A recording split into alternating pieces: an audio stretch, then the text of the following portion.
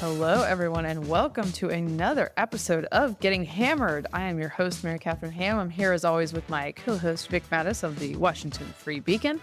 And it is a late-night recording after the vice presidential debate in New York. It was, Tim Walz, J.D. Vance, moderated by Norah O'Donnell and Margaret Brennan. And we're going to get into all of that. By the way, can I just say, late at night, for various logistical reasons, I have to come down to the basement of my house to record.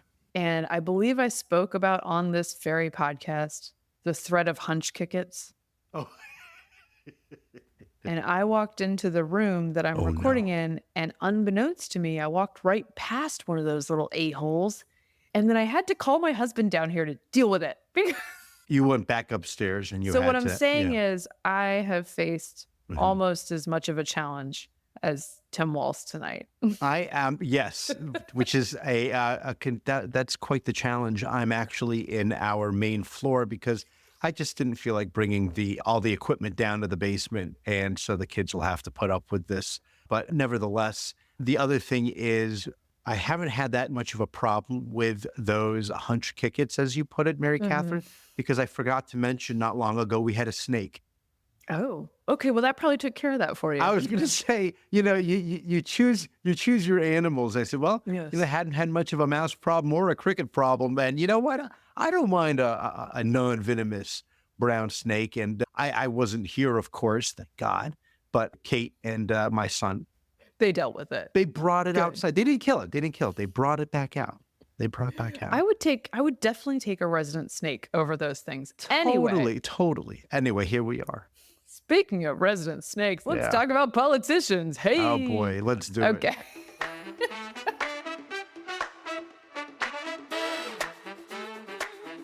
So, getting hammered after dark. Your verdict on this vice presidential debate, Vic? Okay, Mary Katharine. Surprising, illuminating, refreshing. As you know, J.D. Vance was not my choice for Donald Trump's running mate. And yet I found myself watching certainly 3/4 of this debate thinking to myself, wow, Trump really made a good choice here. And thank goodness for that. And also, wow, thank goodness he picked someone who clearly brushed up on his debating skills at Yale, And I also thought, and to be fair to Tim Walz, because I know we're going to talk a lot about him, this kind of was like this alternative universe where both candidates were just normal. I mean, they have arguments and issues, and certainly they're not perfect, especially Tim Walz tonight, but it was this civil, normal conversation largely focused on policy, and we haven't seen that in such a long time. I keep on making jokes about the 2000 debate between Joe Lieberman and Dick Cheney and how civil and erudite that was, and that they were sitting in desks at that time. This was very friendly, and I think maybe this, I'm going to throw it back to you, but J.D. Vance surprised me because, for much of this time during this campaign, he's been characterized as a kind of an attack dog, a bulldog, and clearly his approach to this was to be a good cop if Trump is the bad cop and be disarming, and I think that largely worked. Mary Katharine, what did you think? Yeah, I think that this is about as close to a tour de force on a debate stage as you're going to see. Yeah. And I'm not actually that surprised because I think that despite my quite a few disagreements with J.D. Vance on policy, he is smart and he is deft. Yeah. Now, there have been times when he has not been deft because he's on like a right-leaning podcast and he's trying to do the thing and be meaner than I think he really is. But most of my exposure to him has been this version of J.D. Vance because I worked with him at CNN. I was on panels with him. Yeah. And this version of him that can, just obviously has the facts at his command, can take an answer incredibly without looking like a weirdo, pivot it to what he wants to talk about. Yes. He's sprinkling in anecdotes that are real and affecting. He's not just talking about data, right? Because someone who has the facts in their head can sometimes forget to be a human, right? And you lose So people that way. he's combining all of those things. You're right. We did hear about policy, childcare policy, tax policy, housing policy, healthcare policy. Yeah. And there were like real proposals mentioned in each of those answers. But yeah, I thought Vance was very, very commanding. And I think some of the niceness came from the fact that he dominated Walz so early that I think Walz was leaning on being likable guy and attempting that because he was not beating him on points. Walz was the Trump of this debate. He was not landing even the easiest punches. Right. And then at the end, he did have a sort of a half decent closing that had all the stuff that he should have said at the beginning. Yeah, no. So it was kind of a reverse. Exactly right. Yeah. Also, Vance had the benefit of the January 6th question, which you and I knew was going to be inevitable, not happen till the end of the debate. So And it's he's like lucky. 10:30. It was 10:30 when that came up, I think. He's lucky that it came late because there's not really a good answer No. because he can't say the truth, Right. which is that Trump lost. Yeah. Now, interesting thing about that, because his turn to government censorship is like perfectly tailored for me. Yeah. Oh, yeah. Because if I'm ranking my threats to democracy, Right. that one is extremely high, right? So when he says you guys can't keep saying we're this threat to democracy when you guys are this different threat to democracy, Right. yes, it's whataboutism. Yes, it's evading this really important thing, which he should just say is the truth. Right. And also, I really do care about government censorship. So it's like, and this is what someone who is smart and deft can do to you on an issue where he should be obviously losing.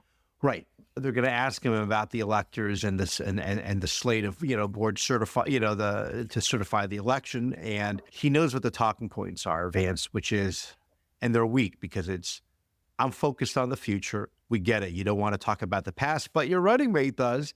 And the other thing, of course, is to not talk about whether or not he believes that he lost that actual election and instead, but he does bring up, so he brings up this information, which I think worked in that way, which he says, that's the bigger threat here. Let me talk about what is the bigger threat. And the other thing is he addressed election denialism by saying that they are not the only party doing this. And he cites Hillary Clinton 2016. He could have gone all the way back to 2000 and 2004. And I think in 2004, Ohio Democrats actually set up like a different slate of electors, or they did not, vote to certify or something to that effect. It's, my memory's hazy, but it's not just the Republicans. No, it's so I not. And see that part is also true, right? Yeah. This is the thing about all of this is that because the left, including the moderators in any given debate, are completely blind to any faults on the side of the Democrats. They miss that, there are counterbalancing things happening here. I thought Walz, if we can do optics, suffered in the split screen. Yes, he did.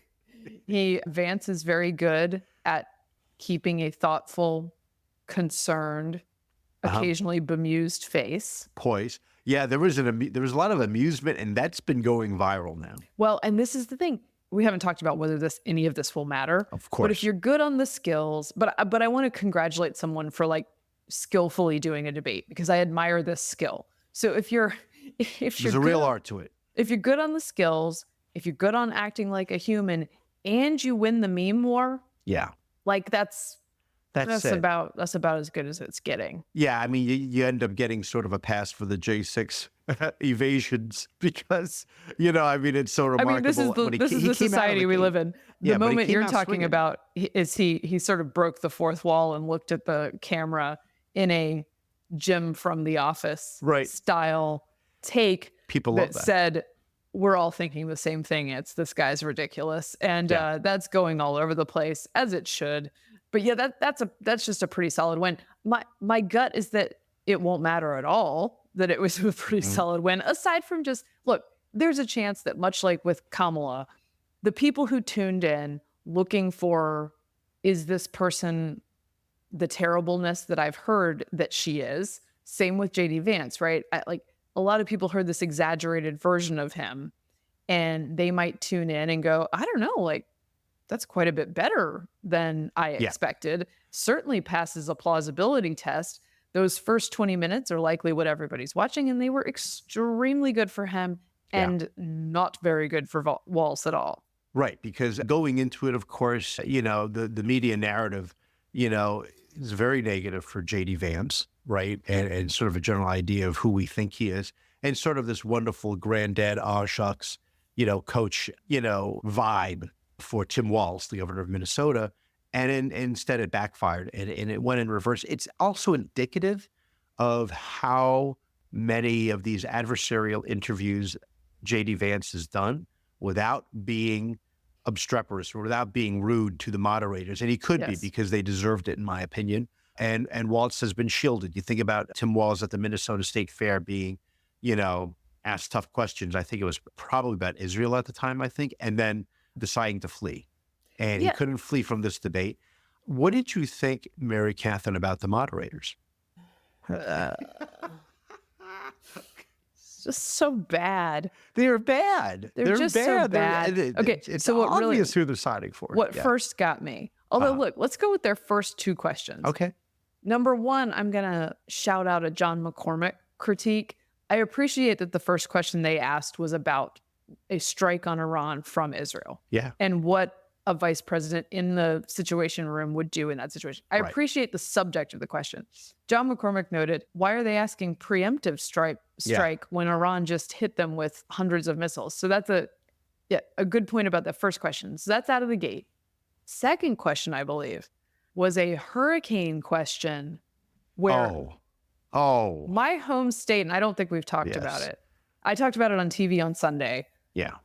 My home state is suffering greatly in the wake of Hurricane Helene. Yep. In the mountains of North Carolina, 10 to 30 inches of rain fell. Right. Now, many of the cities and communities in the mountains are in valleys. So that means that a lot of that stuff is going to get washed away. We're talking biblical proportions in the flooding. In Asheville, in Spruce Pine, in Chimney Rock, North Carolina, places that I visited as a young kid all the time, love them. They're just sort of unrecognizable at this point. We do not know what we will find when everything is cleared. I think it's going to be very bad. The water levels were up 3/4 up telephone poles. I mean, it was insane. Awful. People who are on mountains are suffering mudslides and, of course, power outages that are going to last weeks and weeks and weeks. Right. By the way, shout out Starlink from Elon is like the only thing that was working for first responders and others as they were trying to make touch. Anyway, he's rescuing people in space. He's offering Starlink, and he's also vilified. Okay. Yeah. So at any rate, this is what's happening on the ground. Definitely worth a question, especially considering that Biden was in Rehoboth while it was happening, and Kamala was in San Francisco at a fundraiser. Yep. The question, though, was, hey, there's this hurricane happening. Do you guys believe in climate change? Yes. It's like... I knew it. It's so... Again, Democrats and liberals and media, but I repeat myself, always get credit for being empathetic when they are being the opposite of empathetic. That question is the opposite of empathetic. The dead have not been buried, and the living are still being rescued. That's not the question. No, as soon as Norah O'Donnell started to ask the question about Hurricane Helene, I had this sense that it's not going to be far off before she suddenly talks about climate change. And it happened sooner than I think. And that by the way, turn happened so fast. Yes. And if listeners are wondering about Norah O'Donnell, she is I think she's probably the second most famous Georgetown Hoya in my class, after me, of course. After you, right. Yeah. But as soon as she asked that, and not only that, but then even though they say that they're not going to do the fact checking, they'll let the candidates fact check each other. And yet on two very bad occasions, at least two very bad occasions, they decided to jump in with a, quote, fact check just to clarify. And it was just to clarify, overwhelming scientists believe that, and then just fill in the blank. And I believe it was that the bad weather can be blamed on the climate change. In fact, actually, let's just cue them up. Let's first play the question on the hurricane. Now to Hurricane Helene. The storm could become one of the deadliest on record. More than 160 people are dead and hundreds more are missing. Scientists say climate change makes these hurricanes larger, stronger, and more deadly because of the historic rainfall. And now the fact check. Governor, your time is up. The overwhelming consensus among scientists is that the Earth's climate is warming at an unprecedented rate. Margaret? Yeah, I'm shaking my head here. Again, they said they weren't going to do this. Right. And the reason that they shouldn't do it is because you can't, even if you're better at it than these two, you're not going to hit 100%. No. So you need to let the candidates do it. Yeah, and not only that, but, you know, it's kind of a trap because I think they want, you know, to steer it in that direction because maybe, you know, the Biden-Harris administration right now is not doing perhaps the best job that they could be doing because, again, as you mentioned, Biden's in Rehoboth and Kamala Harris is at a fundraiser in San Francisco. But, you know, it's a trap because they want to try to get J.D. Vance to say that climate change is not real. That's the plan, I think. Yeah. So. Well, and Vance is smart enough that he takes that question, first gives an emotional anecdote about victims of the hurricane. Right. Because he's been paying attention. He talks about the need to serve those people well and for government to serve those people. And then to the extent that he answers the climate change question, it's to talk about energy policy. Yeah. You know who cares about energy policy? People in Pennsylvania. Yeah. Swing voters. So, you know, he sort of foiled them on that because he takes it back to something that they care about. And that, again, this is how Walz was the Trump. Vance was hitting all his openings. He was tailoring a message. He was talking about kitchen table issues. He was bringing every answer back to those concerns. He kept pointing out, she's been in power. Why hasn't she done the thing? If she has all these great plans. And that's what people need to hear. And it's what they should have heard from Trump and did not. Right, exactly. It's what learning the lesson from Trump in the last debate where he mentions the important thing at the very end when a lot of people may have already tuned out or gone to bed. Right. And instead he comes out of the gate and he's just, you know, mixed metaphor here. He comes out of the gate swinging. That's right. It's a horse race and suddenly we're in a boxing ring. But no, I mean, that's what he did. And I thought he did it well. And I think that was really the overarching strategy, which is, okay, they're going to ask you a lot of questions. We may hate some of these questions, but every opportunity you get, you could pull a Kamala here, which is to say, well, before I get to that, let me just say, well, let me just put it this way, and then just give that. And I was kind of surprised, and I wasn't sure if it was going to work at the beginning of the debate because he does talk. He gave basically an opening statement. Here's a little bit about myself. It worried me a little bit. Me too. It worried me a little bit, but he landed that plane. He did. He landed the plane. Because ultimately he says, but I want to answer your question, which cannot be said. The same cannot be said for Tim Walz. Well, so 2 times did you notice he did the I come from a middle-class family, except he said I come from a working-class family? Yes. So I thought that was and it's actually interesting legit. nod. We all know this from Hillbilly Elegy. Yeah. They talked about immigration, and this is a weak spot for Harris Walz. Oh, and yeah. He said, it's their J6. To me, the best sentence on this, which is when you're asked about deportations, mass deportations, he says, first we start with stopping the bleeding. You get the border under control. And then let's start with criminal deportations. Right. That's music to my ears. Yeah. And it's music to every normal person's ears. Right. If you guys could just take care of the criminal deportations, Start with the basic fantastic stuff first. Right. Top priorities. And then he somehow, despite the fact that Tim Walz, again, look, you have a pretty clear opening on the dogs and cats in the Springfield. Yeah. He didn't land the punch. No. He did not land the punch. And then Walz had to have the moderators step in for him. Clean up to the mess. Adjust something and bring a fact in that Walz didn't bother to bring in. And again, as you noted, Vic, Democrats suffer from their kid glove treatment by the from press the media. In some ways because they are not prepared for this. Speaking of things that Walz was not prepared for, how did he not have an answer on why he lied about where he was during the Tiananmen Square? Oh, okay. Well, okay. First of all, let me just say, let me rewind really briefly to the illegal immigration question. Okay, first. go ahead. And then I definitely want to get into China. So the legal immigration question, the fact checkers stepped in again. So, the way that they talked about hurricanes and climate change. And then the next thing you know, they're talking about the Haitian migrants. And I think J.D. Vance adjudicated himself quite nicely here, because he talked about the fact is there are all these people here and it's having a terrible impact on these small towns.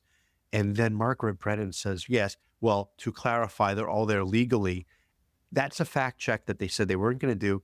And so J.D. Vance does what Donald Trump should have done in the ABC debate, which is fact check the fact checkers. And what does he say? He says, no, let's talk about that CBP1 app, because they were talking about two different things here. And like with Kamala Harris's magic wave, wave of the magic wand, there's suddenly, legal. Yeah. This is not about them getting green cards and standing in line.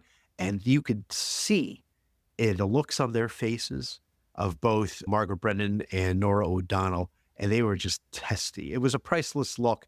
And they said, thank you for explaining the legal stuff for us. And then at some point, they just cut off the mics. Thank you for explaining why it's legal, and now your mic is off. But then they get to the China part. And this is it's very interesting, Mary Catherine, because first of all, I really couldn't believe they were going to ask this question. It's a tough question. I'm surprised they would put that to Governor Walz, because it goes back to his credibility and why he has this penchant for lying. And the question was, he said he was in Hong Kong during the Tiananmen Square Massacre, which was in May of 1989. He was not. He was in Nebraska. Minnesota Public Radio, I had first broken the story, and Alana Goodman at the Washington Free Beacon amplified it. And we had the article there in the black and white newspaper article, and we laid it all out. So we at the Beacon could not be more thrilled that they were going to ask this question. And you figured he'd find some way to answer it, but he didn't. No, this answer is just wild. Yeah. He's just like, I'm a knucklehead? Yeah, that's the first part. and then he tells like his life story. Tried to do the best I can, but I've not been perfect. And I'm a knucklehead at times, but it's always been about that. You knew this was coming, or you could suspect that this was coming. Yeah. And have some sort of answer for it. By the way, let me give a distinction here. A little misstatement 101.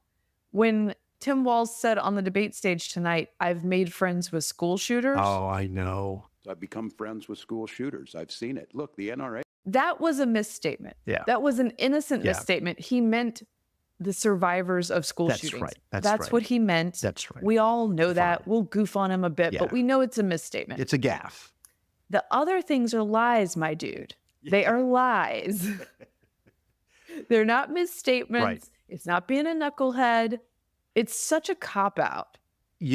So he starts off with the knucklehead part, and then he goes basically, as you were saying, it's basically his opening statement. I grew up there, and this is what happened, and my kids, and my community, and what did he say, with the lights on the street and stuff like that, and really, I was surprised that Margaret Brennan would then press him. And this is something that none of the moderators had yet done, which is a follow-up question. Yes. Which she says, I thought there's no way she's going to do this because nobody's doing this. And she said exactly what we would have said, which is, my question was this.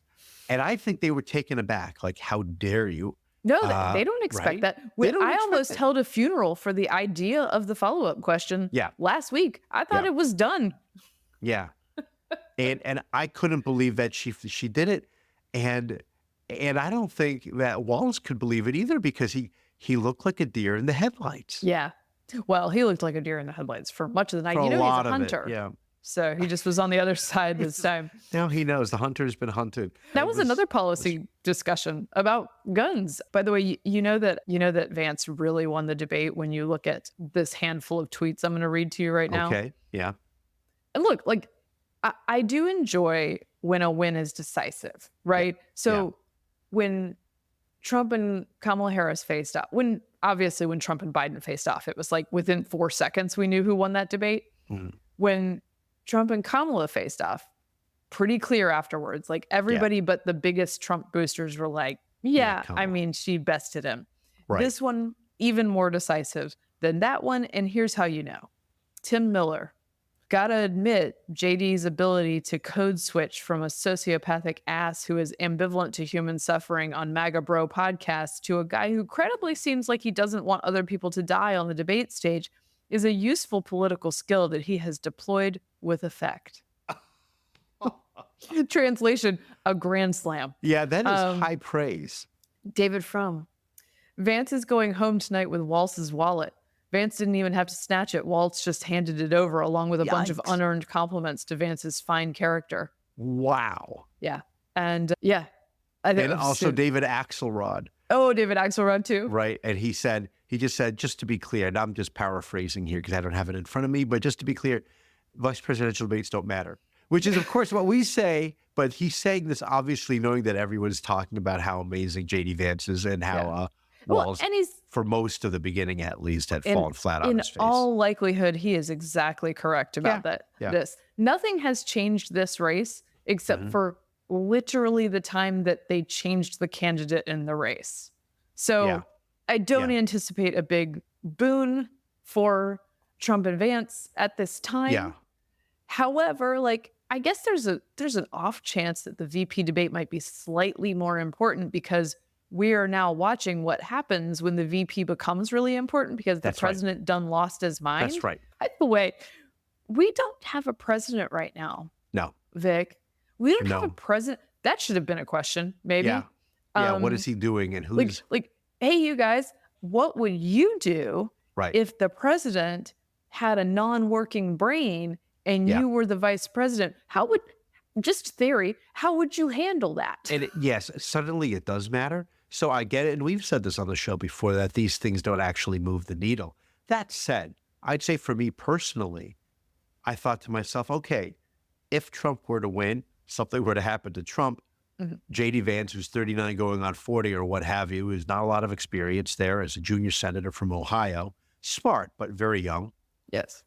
I thought, you know what? We'd be okay. He seems to be a smart enough guy. You feel better about that part of it. Yeah. He's going to think through these things and he's going to be fine. The other funny thing is, of course, the people who are, a lot of people, not us, but there are a lot of people who stress that, vice presidents don't have any power, went from 2001 to 2009 insisting Dick Cheney was pulling all the strings. Yeah. So either they do or they don't. So. Well, also, she can't have it both ways. Yeah. Yeah. She either has the experience from being vice president or she had nothing to do with this administration. Which one is it? By the way, Vance had a great line where he said, if Kamala Harris has such great plans for how to address middle-class problems, why hasn't she enacted them? Right. Just real simple. It was real early in the debate. You get that in there. I wanted to note another area where Walz just straight up lied about the Minnesota abortion law that he signed. And our friend John McCormick has reported on this in the past. And we want to point out, by the way, this is John McCormick of the Dispatch, not John McCormick of the Wall Street Journal. They're very similar. You. Smart. Yeah. These guys can just sign this legislation that very clearly says that you don't have to treat babies who are born during botched abortions. This is a real thing that Democrats go on record on frequently, have done it at the federal level. Barack Obama famously did it. And then they get to lie about it on debate stages and say that's not what the bill said. And the moderators are just silent because they only fact check Vance, even though they said they weren't going to fact check. I'm comfortable with them not fact checking Walz if they're not going to do it to Vance. That'd be fine. Right. But again, let the candidates do it. Wild. Yeah. Yeah. Well, he's going to get caught. And here's the thing.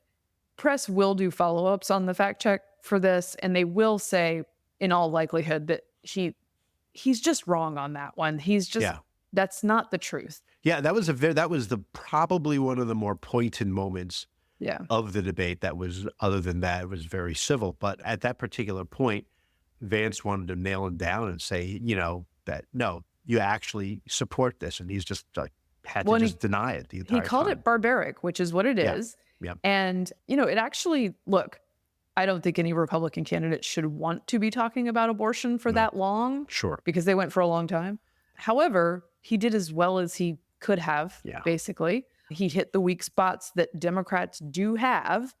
And the fact check that comes after this debate may Streisand effect that Minnesota law, Right. and more people may hear about it than had heard about it in the past. And Democrat extremism on abortion should Yeah. be a liability.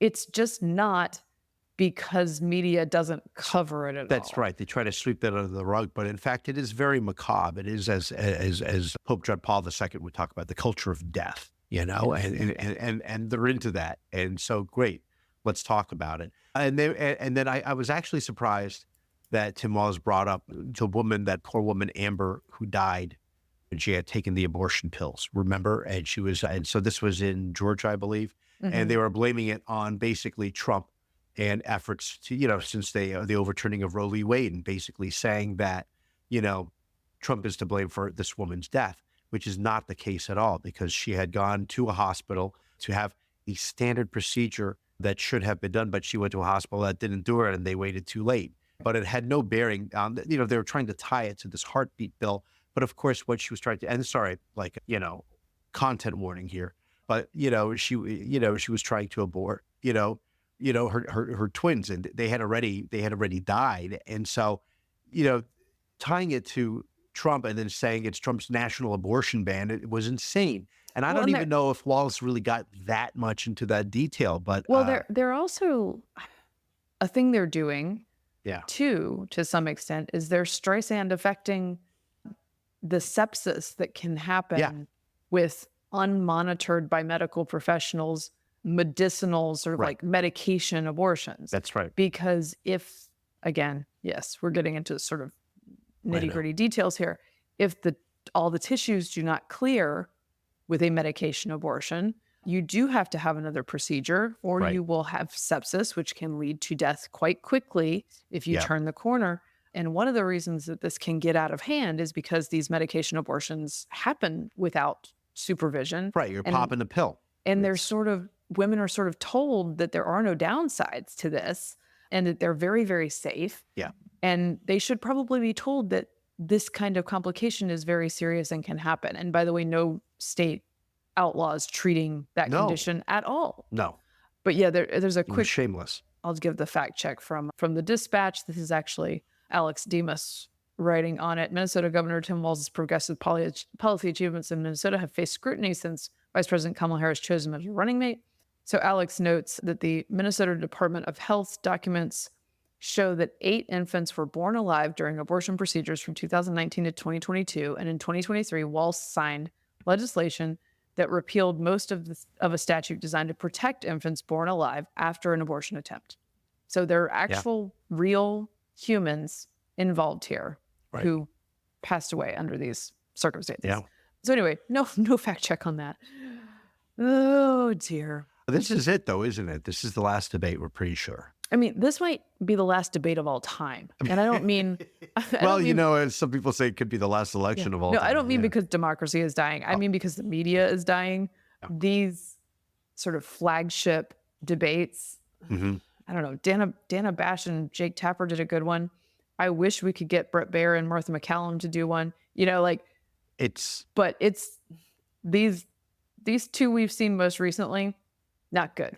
No, and it's surprising that when you look back on it, that the Trump, Vance campaign essentially agreed to 3 debates, one on CNN, one on ABC, and the other one on CBS. That's crazy because in all of these cases, as we know, it's not, one-on-one here. It's 1 versus 3. And that was certainly, I thought, the case through much of tonight's debate. Although there, again, as we know, there were moments where he was called out on, especially Tim Walz, on his whereabouts during the Tiananmen Square Massacre, in which, again, I can't get that image out of my head because he froze, and that you knew that he should have known he was going to be asked something like this, and then he froze just a couple times, where he was just sort of buffering before he gave an answer, which again wouldn't be so bad if it were not in contrast to someone who was extremely fluid. Yeah. So I watched the whole thing, and I think Vance tripped up on a word maybe twice in the entire almost 2 hours of talking that the two of them did. Yeah. But yeah, Walz also, again, this is where Democrats suffer from kid glove treatment, is his reputation for being likable and amazing was very high, right? That's all they talk about. He's so Yeah. great. He's so great and likable. Oh, And I have, when he gives speeches, I think he's confident on stage. I think he's fairly likable, although like at this point, I'm like, why do you lie all the time? You have a weird vibe. But I think he's like a proficient speaker. And I think he did touch on some policies. And there were things about it that were better than Harris, frankly. Yeah. Again, in this alternative universe where they could be the ones running for honestly, like, yes, please. But yeah, crazy. But yeah, he stumbled quite a lot and he froze quite a lot, and not great looks for, even on, like I said, even on things where he should have landed punches. So abortion January 6th and a little bit on the immigration stuff where you can go into the demonization of immigrants. Sure. Those are clean hits for him. Yeah. And he didn't land one of them. No, I mean, he was close when it came to the January 6th stuff, because he was trying to, this is where then they took on each other and sort of ignored the moderators. And Walz was trying to pin Vance down on whether or not he thought 2020 was stolen. But that's as close as he got, I think. Yeah, and that it should have been cleaner than it was. That's the one where Vance just doesn't have a good answer. No, he's not put in a good position by his running mate. There's only so much you can do. Yeah, it's hard to answer the question about like, well, the last guy's not here because Trump was cheering on the people trying to murder him. Right. I concede that that's a very hard question to answer. Yeah, he doesn't have a good answer. The one where you can tell he's practiced and does have a good answer is the one where they ask him, well, you said all these mean things about Trump. And he says, well, I changed my mind because the 4 years of Trump, I saw him accomplish things I didn't think he could accomplish. Yes. And I felt like I learned new things about him. Right. That is the advantage of having an adversarial press, is that you've been asked that question 1,000 times so you can answer it. It is like a comedian like Jerry Seinfeld who knows what to do if there's a heckler in the audience. Yeah. It's all built up in their, they have backup in their head about what they're going to say. And certainly Vance was ready for that. Can we do 5 minutes before we end just on the very big news that Hassan Nasrallah is dead? And Iran launched a very major attack against Israel. Absolutely. These things should have gotten more air by rights in this debate, but they're trying to cover a lot of ground. I get that. The Iranian attack on Israel today was large, much of it deflected by Iron Dome, but not all of it. There were also some simultaneous sort of different rogue terrorist attacks on the ground in Israel. I believe some U.S. assets also helped intercept from Iran. This is in the wake of Hassan Nasrallah, the head of Hezbollah, having been knocked off there, along with the two separate people who were put in to replace him by now. Is that correct?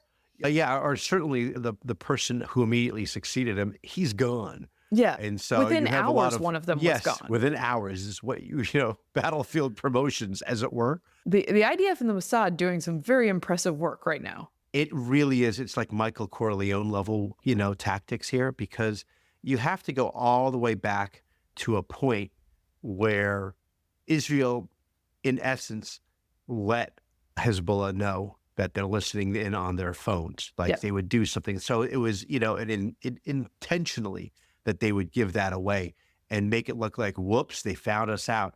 And of course, that led them then to say, we need to get, to switch communication mode to get to these pages. By then, Israel had essentially created these front companies that would then sell the particular pagers to them and already have the backup plan, which is, of course, switch to walkie-talkies, and they have that too. We have those too. They had no other choice but to meet in person.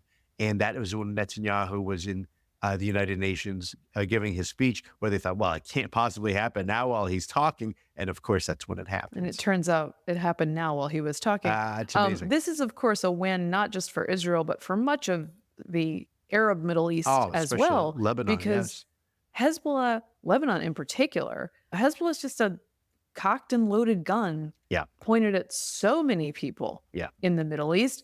And it was deemed too powerful and too sophisticated to really easily take out.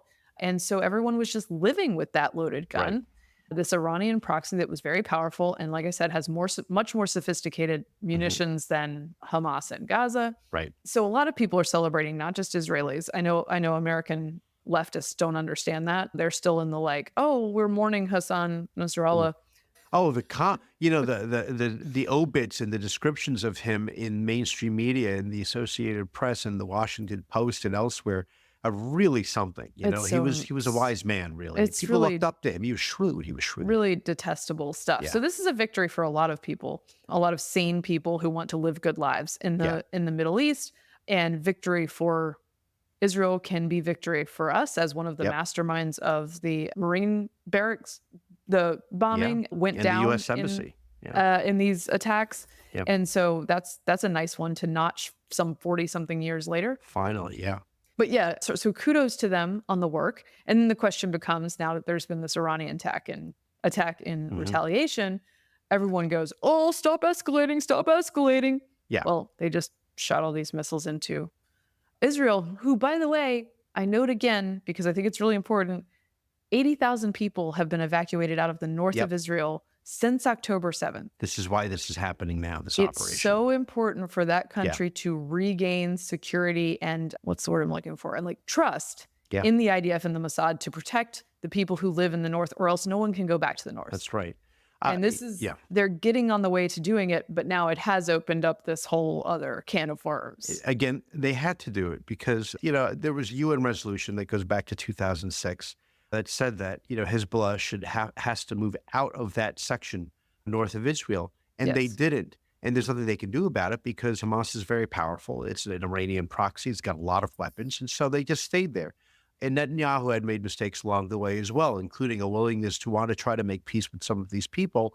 That turned out to be a mistake. And so from October 8th onward, and they were raining down thousands of missiles, again, the idea that this is preemptive is not true.